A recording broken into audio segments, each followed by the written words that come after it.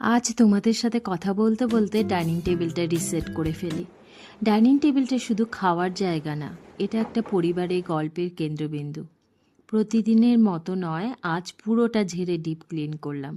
হয়তো অনেকে ভাববে এটা তো একটা সাধারণ কাজ, কিন্তু আমি বলি এই সাধারণ কাজের মধ্যেই লুকিয়ে থাকে জীবনের অসাধারণ শৃঙ্খলা।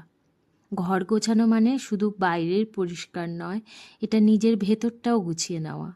ধুলো যেভাবে টেবিলের উপর জমে, ঠিক তেমনি আমাদের মনে জমে দুশ্চিন্তা, ক্লান্তি, হতাশা আর নিজের ওপর অসন্তোষ।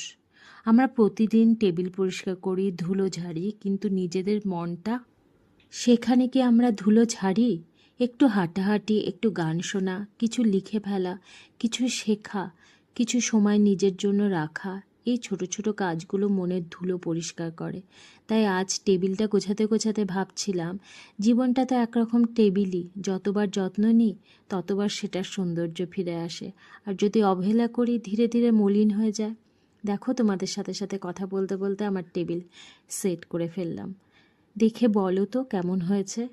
আমার এই ফ্ল্যাটটিতে আমি ইন্টেরিয়ার করাইনি, নিজেই নিজের মতো করে একটু একটু গুছিয়েছি।